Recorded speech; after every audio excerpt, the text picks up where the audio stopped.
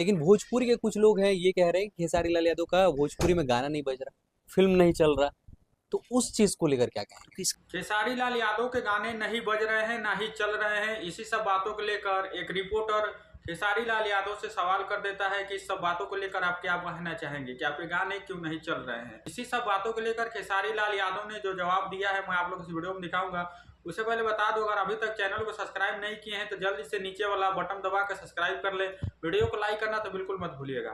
दोस्तों, आज के डेट में खेसारी लाल यादव के गाने बहुत ज्यादा कम बज रहे हैं। खेसारी लाल यादव से जितना उम्मीद रहता है उतना गाने उनके चल नहीं रहे।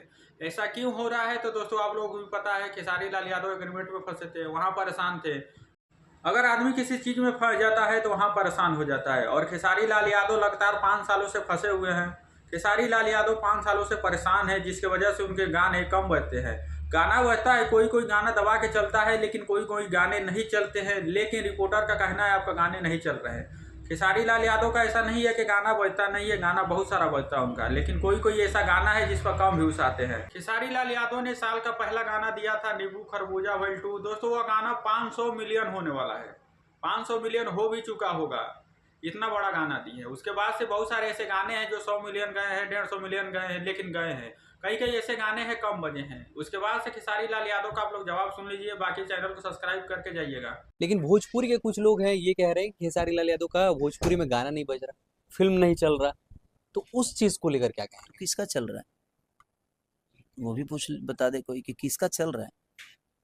चल किसी का नहीं रहा है भाई। अभी अगर कोई कहता है कि नहीं मेरा चल रहा है तो सॉरी, नहीं चल रहा है। और आप लोग को भी पता है जो चलता है तो कैसे चलता है, व्यू कैसे बढ़ाए जाते हैं, बढ़ता भी है व्यू, ऐसा नहीं है। तो जिंदगी में एक चीज बता रहा हूँ, अभी की जो स्थिति है, 5 साल में परेशान रहा, सबको पता है। उतना अगर कोई परेशान होता तो मर जाता, लेकिन मेरे साथ आदमी है जो खड़ा है और कर रहा है अभी भी। तो अभी यूट्यूब की जो इधर 1 साल 1.5 साल में जो दशा हुई है, कहीं ना कहीं रिचनेस सबकी गई है।